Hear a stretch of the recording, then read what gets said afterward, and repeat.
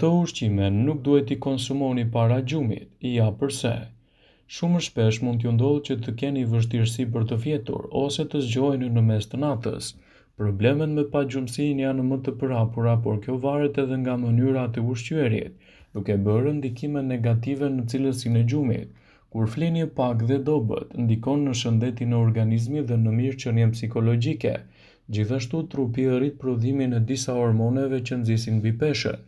Në të njëjtën kohë, sistemi imunitar dobësohet dhe shanset e plagjes përkeçohen dhe rritjen. Prandaj për të shmangur pagjumësinë është e rëndësishme të shmangni sa më shumë konsumin e këtyre ushqimeve, sidomos në darkë përpara se të flini.